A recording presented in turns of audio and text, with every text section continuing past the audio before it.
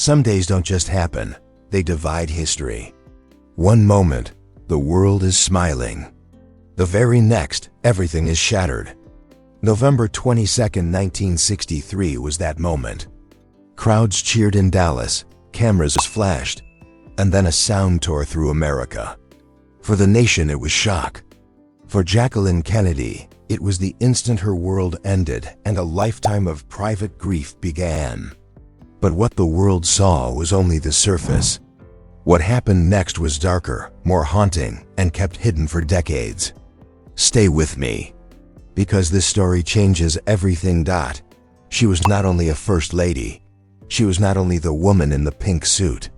She was a daughter, a mother, a writer, and a survivor who rebuilt herself more than once. To understand her story, you must begin long before President John F. Kennedy ever entered her life. She was born on July 28, 1929. Not in the Manhattan hospital her parents planned, but at Southampton Hospital after an unexpected change of plans during a summer stay in the Hamptons.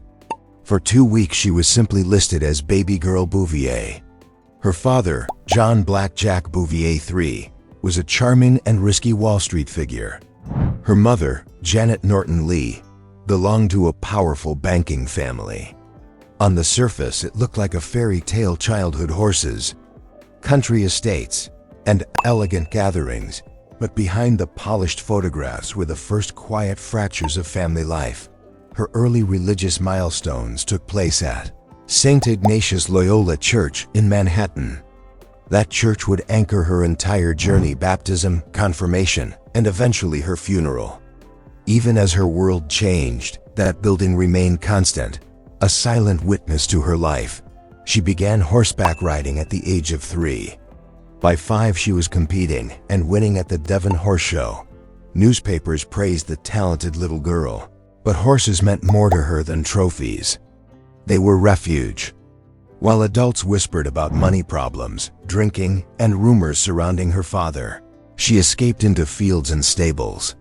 Her pony, Buddy, was steadier than anything else in her house at the time. Her parents' marriage collapsed slowly, publicly, painfully. Headlines revealed her father's gambling debts and affairs. By 1940, the divorce became final. She was only 11. She adored her father, but carried the sting of betrayal for years. Those early wounds quietly shaped the way she viewed men, loyalty, and trust. They taught her that love and disappointment can exist in the same heart. As she grew older, she became known for her wit as much as her beauty. Many expected her to simply marry well and remain a society ornament, but she wanted more. She pursued work in journalism and photography. She wrote sharp observations, she saw details others missed, and she had the courage to put truths on paper. While working for newspapers in Washington, she went beyond expected assignments. She traveled, she reported, and she witnessed turning points. In Korea, she crouched in foxholes wearing a helmet, photographing soldiers. Back home, she quietly captured images from the emerging civil rights movement, preserving emotions and expressions that many editors refused to publish. She understood early that history is not just what is officially printed, it is also what is hidden. Then came the man who would change the direction of her life forever. John F. Kennedy. Their earliest meetings took place at dinners and political gatherings in Georgetown. Over time, conversation became connection. JFK was magnetic and brilliant, but also demanding and driven by destiny.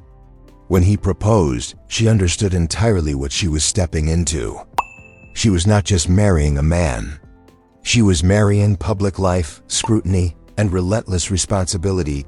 In the White House, most people saw glamour. She saw faded furniture, forgotten artifacts, and missing history. Determined to restore the national home, she created a fine arts committee under Henry Francis DuPont. Piece by piece, she searched for original objects belonging to early presidents. She attended auctions, including at Sotheby's, personally bidding to retrieve items of great historical value. Slowly, the White House regained its soul. Then she opened those doors to the nation. Her televised tour of the restored White House reached more than 50 million viewers. Americans sat in living rooms while Jackie Kennedy gently guided them from room to room, teaching history with grace and precision. Donations poured in and preservation efforts expanded. For this achievement, she received a special Emmy Award, the only First Lady ever to do so. She demonstrated that leadership could be expressed through culture as powerfully as through politics. Behind this public triumph, private heartbreak darkened her world. In 1963, her infant son, Patrick Bouvier Kennedy, died only days after birth due to respiratory complications.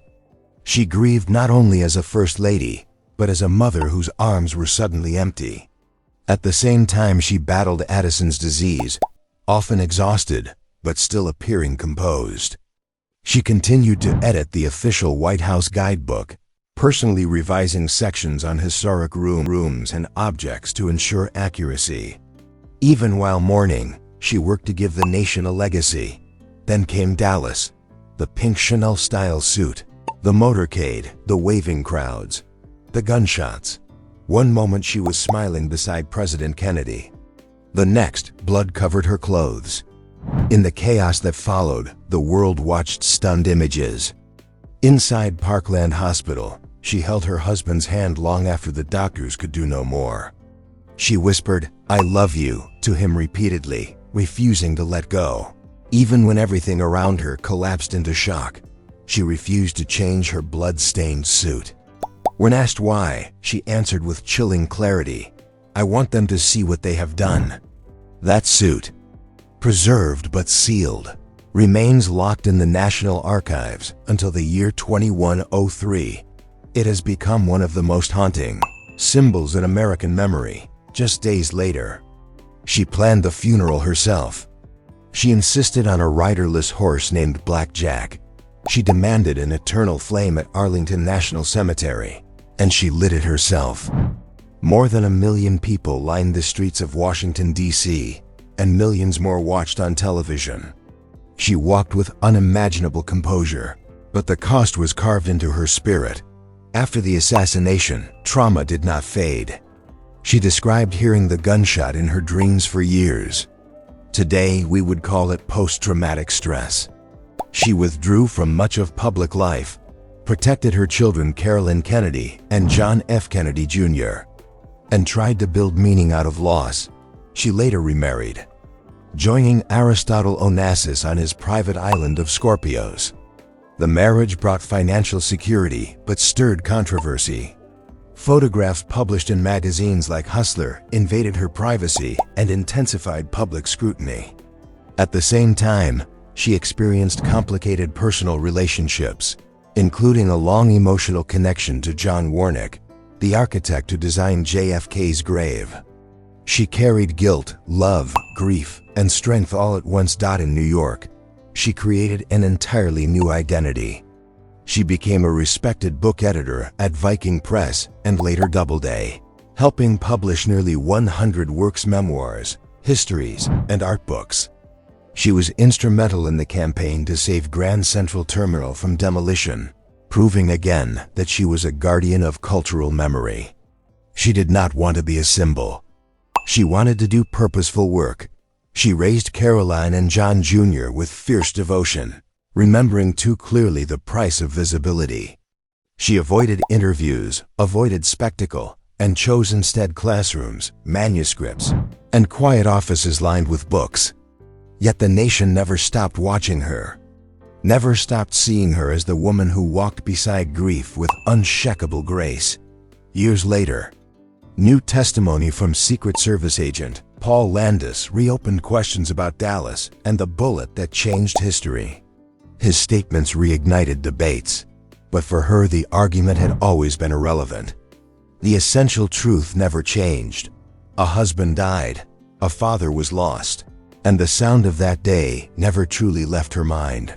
The story of Jacqueline Kennedy Onassis is not defined by tragedy alone. It is defined by how she continued in spite of it. She restored the White House when it was fading. She renewed American interest in its own history. She edited books that preserved knowledge. She protected monuments, memories, and her children's future.